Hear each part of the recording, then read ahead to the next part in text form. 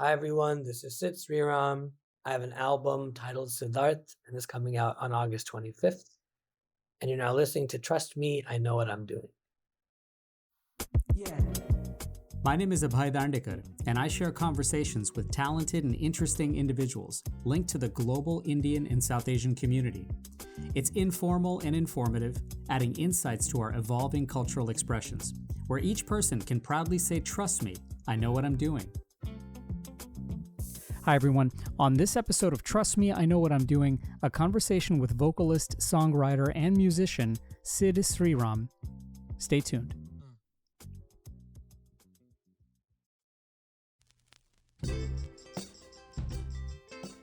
Once again, thank you for listening to Trust Me, I Know What I'm Doing and sharing it with your friends and family, and for following along on all that social media.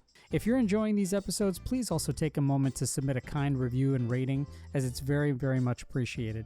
So there's truly something to be said about things that offer harmony, especially when an experience can offer power and peace at the same time, or when you feel a racing, speedy quality to something in your soul, yet feel completely serene with a sense of belonging.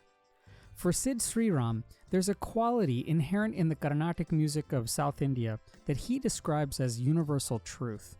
Sid was born in Chennai and grew up in Fremont, California, where learning from his mother, a Carnatic music teacher, and training at Boston's Berklee College of Music have allowed him to share this truth with audiences in India and across the world as one of the most popular Indian film industry singers of the past decade. For his latest offering, Sid has a new English language album releasing this month called Sidharth, where now that soulful blending and harmony are the product of many formative experiences and an obvious confluence of traditions. The album was offered Fuel and Spark in Minneapolis, where intensive and intimate musical exploration brought Sid's California upbringing and Indian traditions together as a unique and truly comforting discovery that simply felt like home. A few months ago, Sid had performed on NPR's Tiny Desk concert, and the weave of R&B, soul, pop, Carnatic, indie, and jazz traditions was incredibly palpable. He embarks on a USA tour this September, and we caught up recently for a chat about the new album, about the creative experience, and even about the power of silence. But we started by talking about the thought that goes into preparation and practice.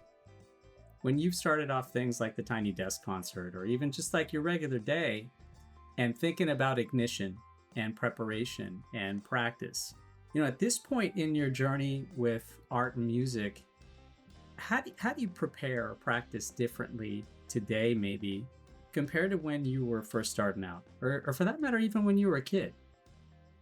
Sure. I think now my goal and the hope of what I think I do execute on a daily basis is, from when I was starting out or when I was younger, it was like, okay, a task was going to come or a big something was happening. So like really kind of get in the mode of preparation for that thing and build towards an event or show or whatever, like studying for a test almost. I think the biggest shift that's occurred for me in the last few years has been to make the work a daily routine rather than feeling like it's an ignition leading to an arc that kind of reaches the point and I come down off of it. Let there be the same kind of trigger points, ignitions, points of work and rigor on a daily basis. So then it just becomes a way of life rather than goal oriented.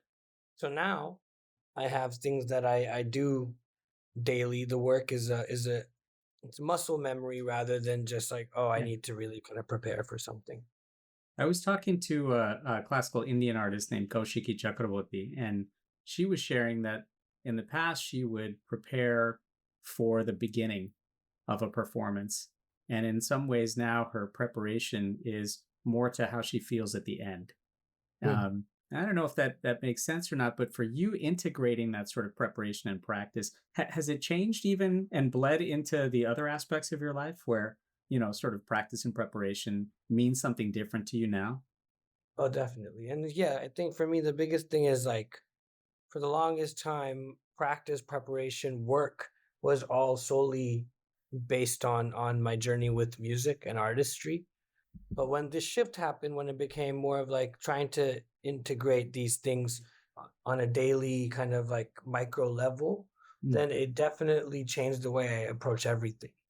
And if anything, I've learned, especially in the last year and a half, is that your artistry can't be going on a certain path and your life just as a human being on a separate one. If Mm. that's happening, then you're pretty I don't know if it's a strong word, but disingenuous to your Yeah. practice, you know. And I think once I started taking this more elemental approach to music and to art and to vocalizing, and really religiously kind of following that, then that definitely bled into everything that I do, whether it be working out, whether it just be mindfulness.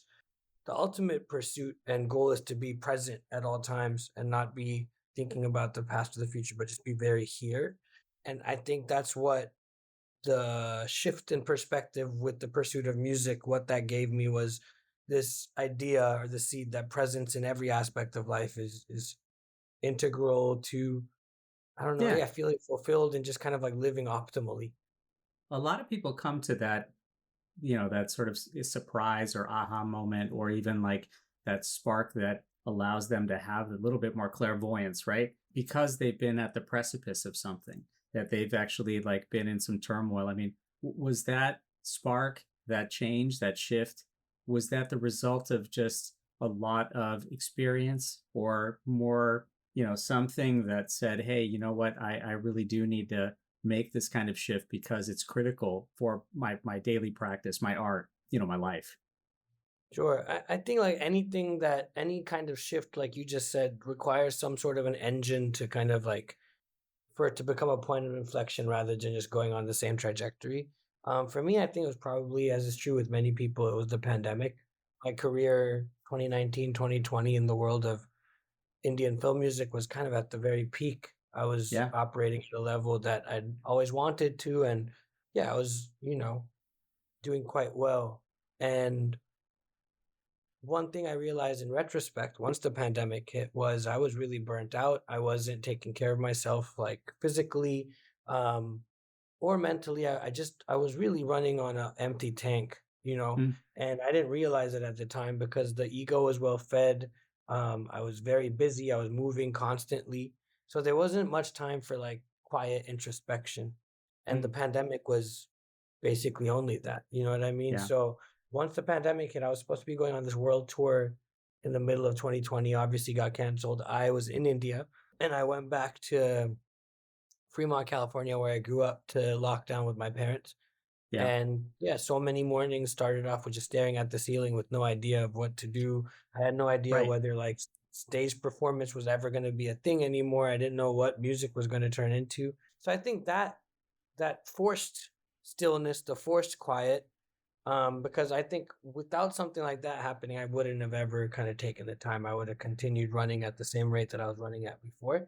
But that started off with frustration and just despair, and Yeah. then over time turned into, okay, this is what it is. So what are you going to do with it? Really connecting and reconnecting with music on a core level where it wasn't about um, praise or recognition or anything, but just about music Yeah. again, which then took me down the path, especially with Carnatic music, just like practicing hours on end during the pandemic alone or with my mom. That ultimately then leading into this relooking at the purpose of what I'm doing, and then not just purpose, but also the way in which I do it, what I'm doing with my days. So you mentioned the kind of like forced stillness, and certainly the pandemic became an ignition point for so many people, artists and otherwise. But for someone whose music fills up so much space, I mean, I'm thinking about this now, and music being something that occupies space in such an elegant way, and for you, your music fills up so much space sonically and even spiritually, perhaps. How now, given that moment in time that you just reflected on, how now do you seek silence? And I'm going to connect this in a weird way back to Fremont, because I think about like going to Fremont and getting off the Stevenson Boulevard exit off of 880 as these like on ramps and off ramps that we're constantly getting onto roads. And I'm just curious whether music was in some ways kind of the gateway to sort of getting to that silence, and also maybe the exit from that silence into sort of like the real world where it's not so silent. I think now the silence is something that I try to find, and just like, it's a good question, man. I think like in discrete moments, not really thinking about it as like, because I honestly don't, I haven't had much time just to stay in place in the last, especially since this year started. I've been constantly moving about, and I think having kind of like gotten into this groove of rigorous practice of daily kind of different things that I make sure I do. What that has given me, I think when you really dig deep into these routines, you start to lock into a groove of sorts. Yeah, and Yeah. then when you're in that groove, you're moving in a way that just feels not even just efficient, but you're moving with momentum. You're moving with the wind rather than against it. And I think because that has become a reality for me in terms of how I feel like my life is moving and my day to day is moving, I kind of get these times where I can quickly just like not mentally check out, but tap into something that feels like an inner quiet. Right. Right. Even if it's just for minutes, or like if I'm on a flight, or if at the end of a day, you know what I mean? Like, and I do take it for granted still. This is still very Yeah. much like a daily kind of reminder, and it takes not just the physical act of doing, but like a lot of the work is mental. But I feel like I now what I can do is I can identify when, okay, like I feel the need for this moment to myself, this moment of quiet introspection, or even just maybe moment of boredom, you know? Yeah. Yeah. And I can detect when I need it, and I do my best at those points in time, no matter what is going on, to find a way to tap into. It's almost like the self-awareness and the enlightenment and even great self-introspection to have the capacity to sort of meditate in the middle of a hurricane. Sure, exactly. And I imagine that that helps in the creative process too, because I've been thinking about this new album for you, and it seems like you went kind of deep into the museum archives of your life, and let the experiences guide in some ways that creative process. Was this at all an experience of liberation for you? Was it combined with a lot of just sort of like reaffirming of who you are? It was definitely it was a profound process. To call it liberation or not, I'm not sure. I'm not yet sure. Okay. Because liberation is a big one. Yeah. Um, but I will say this. So we started making the album June, or like May, June of 2021, and it was at the tail end of the pandemic. I'd very randomly, serendipitously connected with the producer named Ryan Olson, who lives in Yeah. Minneapolis, and we connected on Instagram. Like I said, he's very kind of anonymous on there, not really like very social media forward facing. Sure. But the way we connected was already like, again, very random, and he was a fan of this cover that I posted up on my Instagram. I'd been checking out the music that he'd been working on. He kept saying, "Come out to Minneapolis." I was putting it off. I grew up on the coast in California. I went to college in Boston. So like Right. I was used to being on the coast. I didn't really I'd been to Chicago, but Chicago is different from the rest of the Midwest in many Yeah. ways. So I just didn't know, and I'm a creature of habit and comfort. But my dad, who manages me, at one point was like, "Yo, just go see what's going on over there. Yeah. Seems like they have something special." And you can't, he's always been one to kind of push me outside of my comfort zone, especially when he detects something with his sixth sense that there's something special going on somewhere. So I took the trip, and before that, just for a bit of context, I was really at a point where I was going to close up shop on all my English language music. I'd been Mm. trying it for a while, on and off. It wasn't really going where I'd wanted it to go. And I have this illustrious career in India so I was Yeah. like, I'm just going to move there full time. Right. This trip happened right before I was kind of like, I really decided I'd already booked the ticket back to India. I was going to be in the States for a couple more months.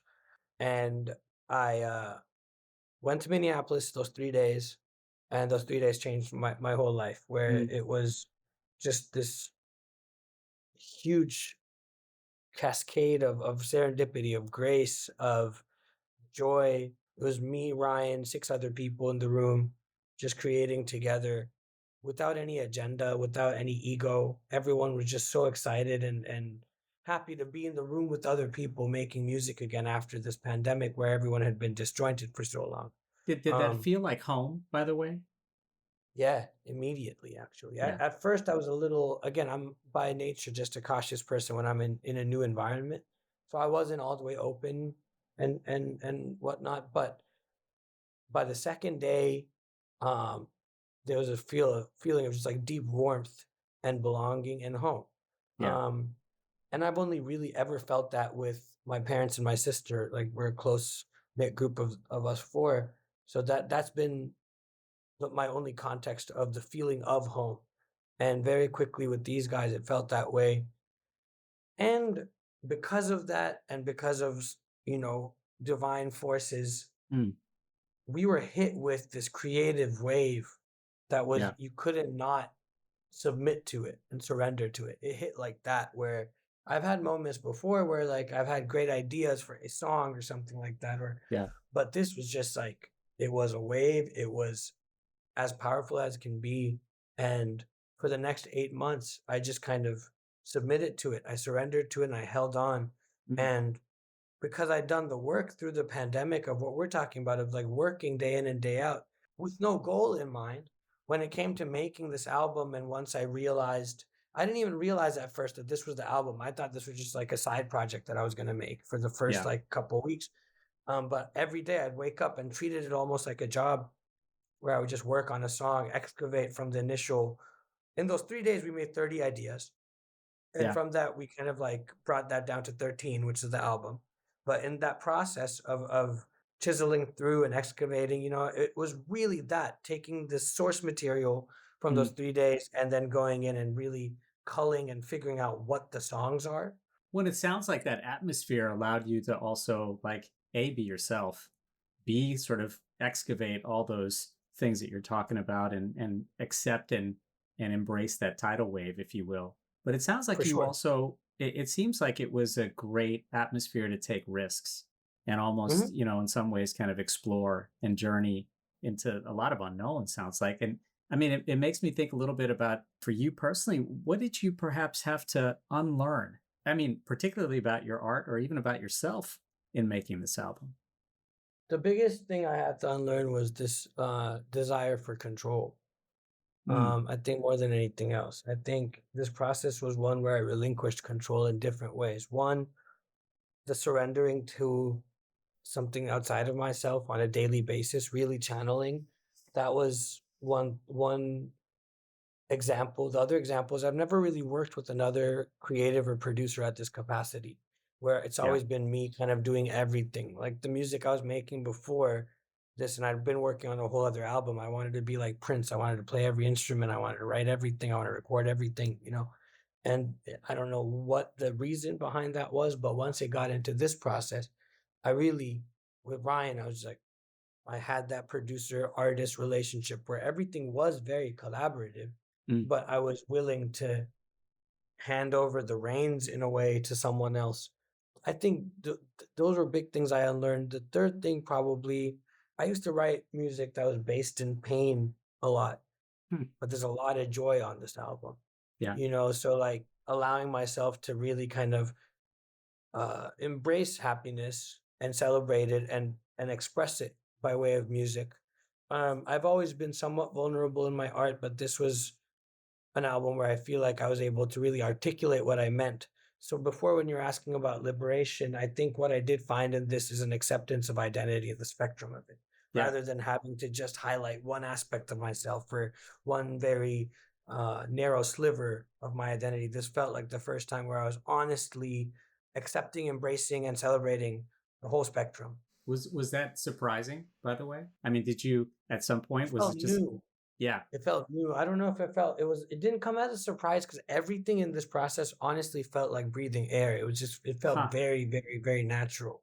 yeah, But it did feel new. Like, sometimes if you forget to take a deep breath for a period of time, and then yeah, suddenly it just fills up your lungs and you just feel like life right, rush in.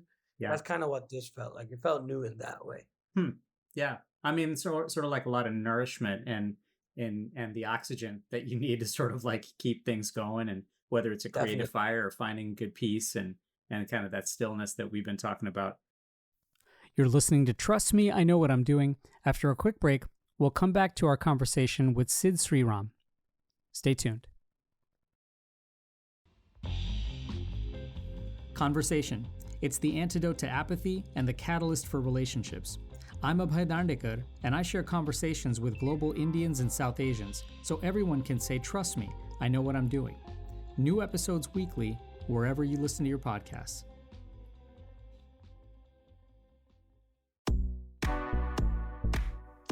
Hi, this is Madhuri Dixit, and you're listening to Trust Me, I Know What I'm Doing with Abhay Dandekar.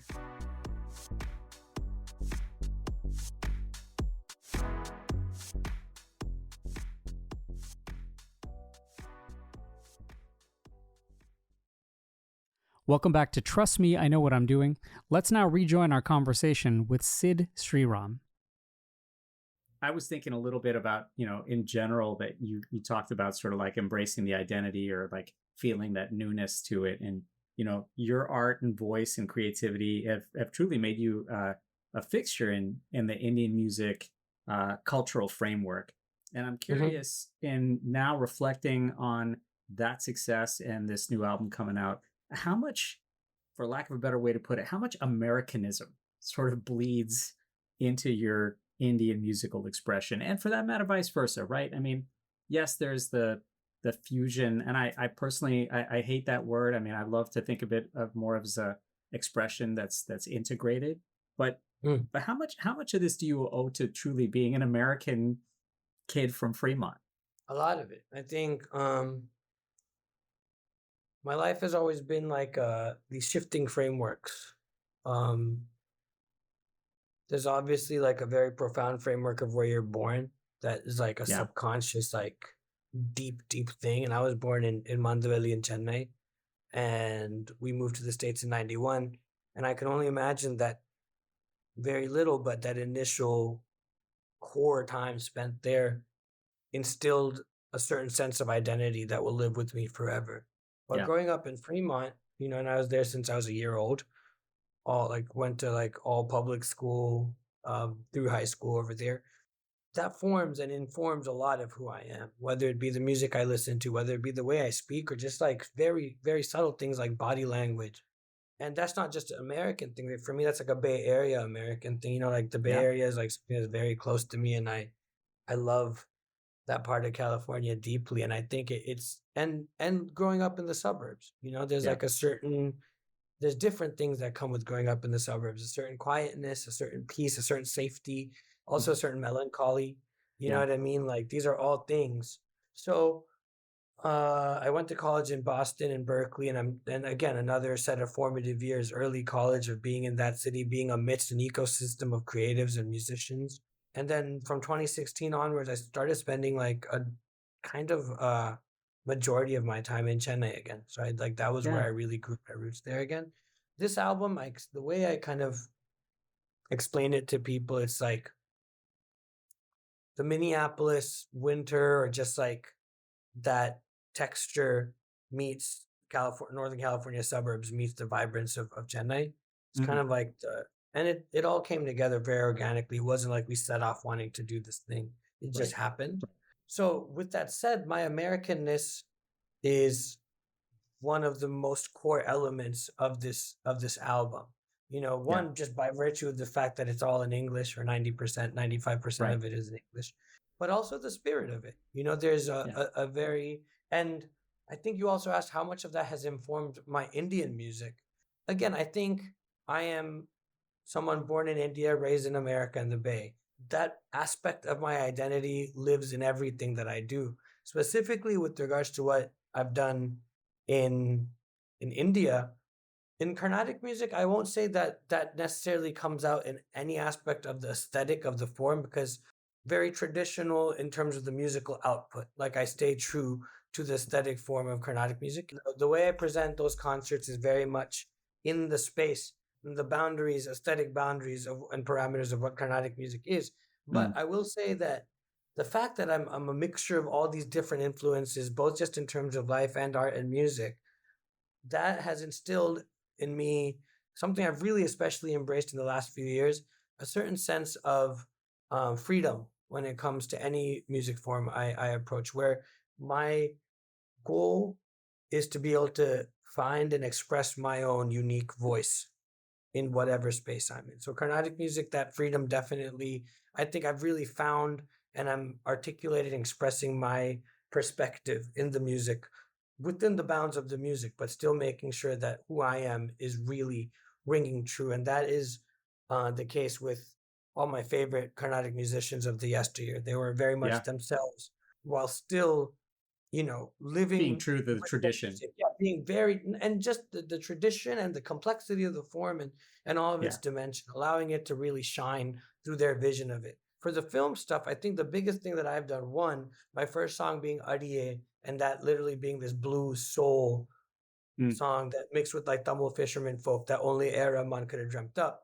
That I know, like, I was the person to sing that song because I yeah. come from these different things. And then even like the more Carnatic based pieces that I've been a part of that still have this kind of unique um borrowing from other spaces, or just like the flowing in and out of different genres. Yeah. I think that's something that my background as an Indo-American has allowed me. And in that same, spirit, right? Like you mentioned the touch points of being who you are, being an Indo-American, the Carnatic music, the Bollywood music, the R&B, the soul, growing up in California, formative years in Boston, kind of that like musical journey and then excavating this ongoing soundtrack, right? Whether it's from growing up in the 90s and the 2000s and then now and making this new album, as I hear you speak, I'm curious, what did you learn about being, or how have you sort of synthesized all of this in being an effective listener? The listening of all this music must have, some great power in how you express yourself. So I'm just curious, like, how does all this resonate for you as a music appreciator, as a music listener? Sure.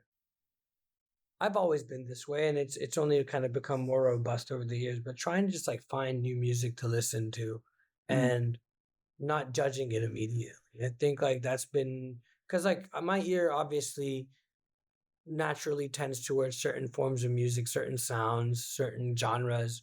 But the biggest thing that I try to do consistently is discover new forms or new spaces and listen openly and see what it inspires before having a judgment of whether I like it or not. We as human beings are just very powerful systems, like yeah, intellectual systems, where there's something really magical that happens when you take in information, let it sit, let it kind of like mull in your own consciousness or whatnot. And then what you output later inevitably is going to have some sort of fragment of or something from the texture of that fabric that you took in. And that is something I try to do a little bit more, not even intentionally now, but listening to music when you're constantly making music or constantly performing can get pretty draining sometimes. Like yeah, sometimes you just feel like silence. right, But what I try to do is treat it like an element, like what yeah, anything else. And especially if I find something new that I like, then I really dive into it. So I yeah, think like how like in high school or like in even in elementary school, every kid kind of has the thing that they feel is their own almost. yeah, It's almost like not a coping mechanism, but especially being an immigrant, it's a way to just kind of like somehow find your way through identity crisis. For me, it was totally, music, not just like yeah, singing, but just I was the kid with the Walkman or like the CD player with headphones on whenever I yeah, could have it. Even like I remember when I was in ninth grade, I had a math class where I'd ask for permission where I could listen to music while taking tests. So I've been doing it for a long time. yeah, And I think in the last decade, probably more consciously realized the impact it has on me, both yeah. just as a human and as an artist, but especially as an artist with regards to what I was saying before in terms of the input and output. When I listen to your music as in that same sort of vein, in that same spirit, to me at least, right, your music exudes so much soul, and there's a piece that I appreciate, but as well as a distinct power. And when I think about it as sort of that spiritual experience, to however way that's defined for anyone, right, is Mhm. that a reflection at all a mirror of who you are as a person? Or is it more of a persona that exists when you are expressing your art? Oh no, I think it's a direct reflection. I think Yeah. the of who I am, the depths of who I am. I think my biggest kind of what I kind of keep at the center of everything that I do, especially artistically, is the deep need to be honest in every possible way. So it's all the music that I make, especially the music that I write myself, is just a direct manifestation of what's happening within myself, a Yeah. direct manifestation of the questions that I'm asking and the journey that I'm on. I think for me, music is a beautifully powerful and profound mechanism to try to identify and resonate with universal truths. Yeah. And that's my pursuit, is finding Yeah. those. And the music is about that. It's either about directly about that, or it's about anecdotes along the journey that are kind of pushing me in that direction, or examinations of, I think you said something really interesting, like pieces from the museum of my past, I think was maybe the phrase that you used, examining those to see how that has informed the way I look into the future. So it's Yeah. all kind of tied into this journey and search for truth. You're listening to Trust Me, I Know What I'm Doing. After a quick break, we'll come back to our conversation with singer and songwriter Sid Sriram. Every story told is a lesson learned, and every lesson learned is a story waiting to be told. I'm Abhay Dandekar, and I share conversations with global Indians and South Asians so everyone can say, trust me, I know what I'm doing. New episodes weekly, wherever you listen to your podcasts.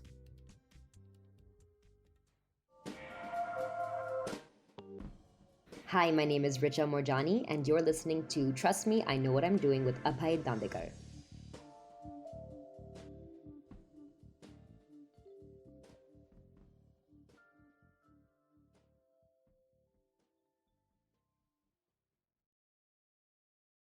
Hi there, I'm Abhay Dandekar, and you're listening to Trust Me, I Know What I'm Doing.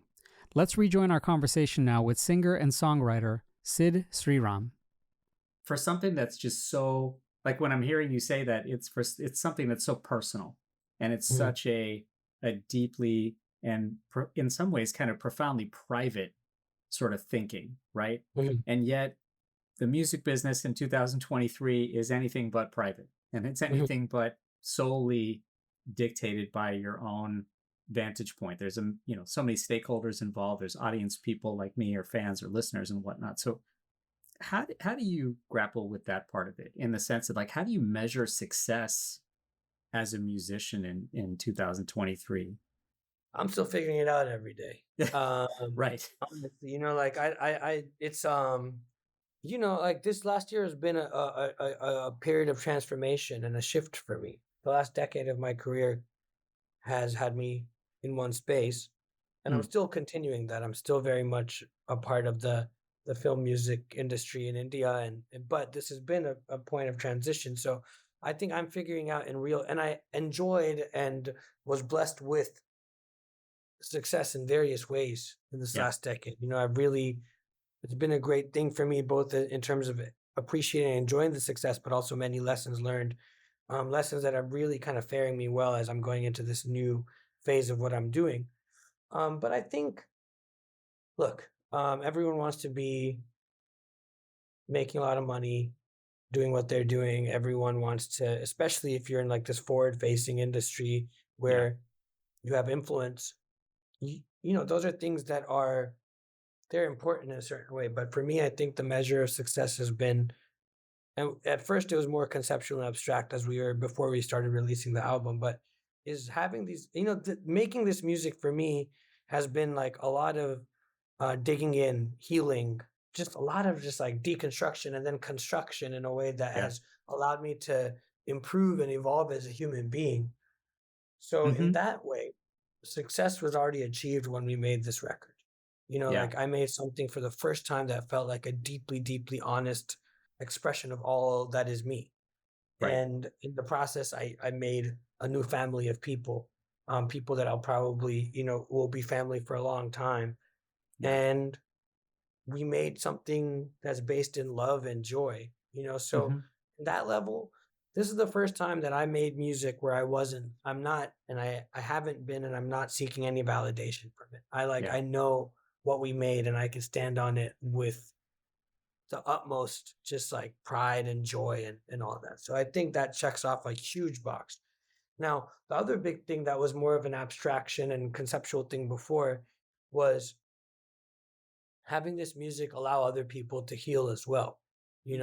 like as Yeah. they kind of experience it, feel it, or whether it be heal, like just really having it be a mechanism for others to also feel something deep, feel Right. something maybe completely new.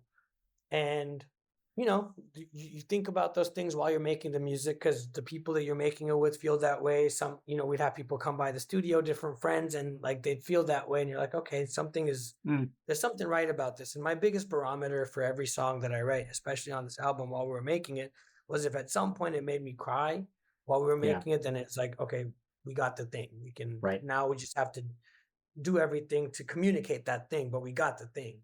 So as we've been releasing these songs, as we've been doing these shows, as we did Tiny Desk, I've been seeing that is the impact it has on people. If that's happening, if people are able to find peace with this music, heal with the music, reconnect with aspects of themselves that they either never knew were there or had long forgotten, then success is achieved, for sure. In some ways, people revert to comfort in so many different elements, right? Whether it's food, whether it's people, whether it's music, whether it's anything for that matter, and they find solace in that. Did you find an equal amount of solace in the music as you were making it? I mean, the thinking I have is that, like, you find comforting space in who you are. You're an Indian American. Sometimes that label can be comforting. It can also be a burden. It may not be fair. But at the same time, does this album feel like it's comforting? I mean, some people have everything from comfort food to a comfort rag that they feel, right? I mean, in your case, were you able to harness on some of that? Yeah, I think so. I think the comfort I felt from this was like there'd be times. Like there's one trip I made to Colorado to visit my sister after maybe my second time in Minneapolis. So basically, I went for those 3 days, then I went back to the Bay, recorded some vocals, went back like a month later, and it's like Yeah. those 3 such trips. After the second trip to Minneapolis, I went to visit my sister, and my parents were also there. We were all visiting, and I was sitting in the back of the car as we were like going to buy some paint for her house or something. And Right. I just felt like a kid again because, sitting Yeah. in like the back seat is not something I do as much anymore, Right. So, but it just like we were like on the freeway, I sit in the back seat, I had my headphones on listening to the demos. And Justin Vernon from Bon Iver was one of the people in that initial group of 6 days, and he played acoustic guitar on a bunch of the songs. And on Dear Sahana, the song Dear Sahana, he played an acoustic guitar solo. And we were driving, and I was listening to that song, and I was already feeling good. And that solo came on, and really kind of like had me Mm. tearing up.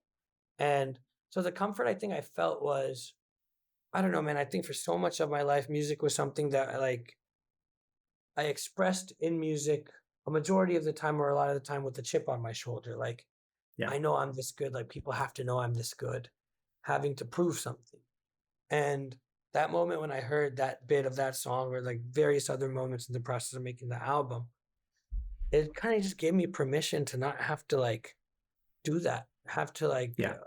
prove anything, or just or just to shake the chip off and be like, this only has to be a form of expression and nothing more, nothing less, and that's what I found comfort. It was like finally I felt that. And I have felt that in fleeting moments over the years, especially or only when performing on stage or when performing in front of other people or singing, but never when making records.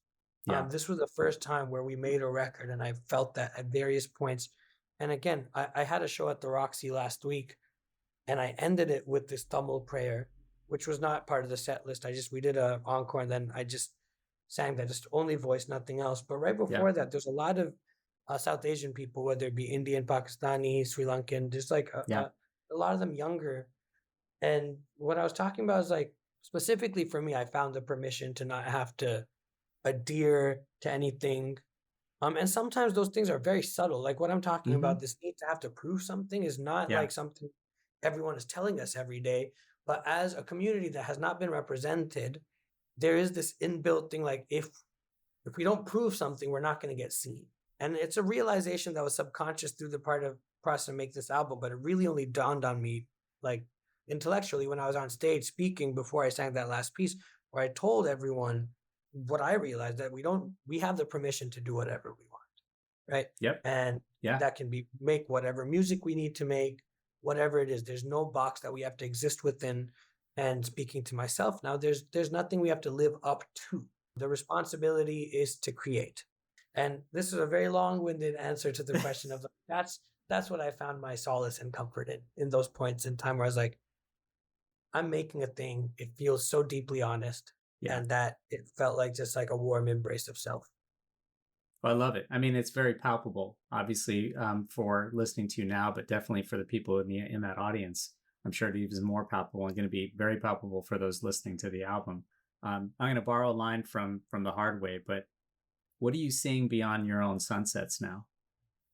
Oh man, I don't want to say I was selfish, because I think I've always been a kind, warm, empathetic person. Like, as I think that's kind of naturally built into my DNA. But being a musician, being an artist, and growing up in a social setting where celebrity is celebrated, I coveted fame so hard for so long, and through that, and this is since I was young, like since I was like 7 or 8. And I realized I don't have to be at the center of every pursuit, even of my own. Like the idea of me needn't or shouldn't be at the center of it, even if I'm looking into my own personal experience, flaws, strengths, whatever.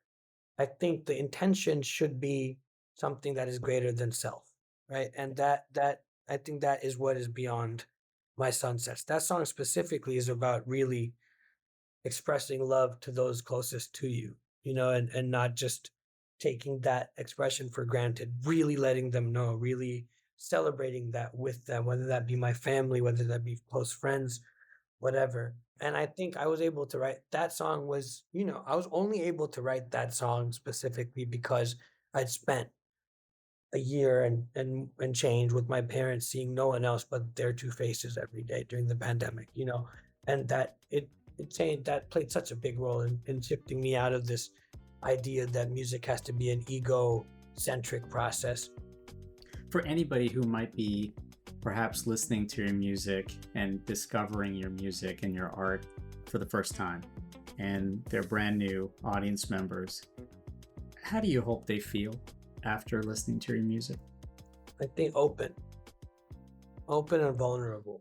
If the music can make them feel like that funny feeling in your gut or like within your heart when something just like strikes you in a way you weren't expecting, and it just opens something up and allows for emotions to flood in, that's what I want. Well, listen, Sid, you're giving permission for so many things to happen in so many wonderful ways. We're grateful that you're able to join us, and I hope we can come back and visit with you again. Thank you, man. I really mean it from my heart. I truly appreciate this conversation. Thanks so much, Sid. And please check out his newly releasing album, Sidharth. I'm again grateful to everyone for listening to Trust Me, I Know What I'm Doing, and sharing and offering your kind reviews and ratings. Till next time, I'm Abhay.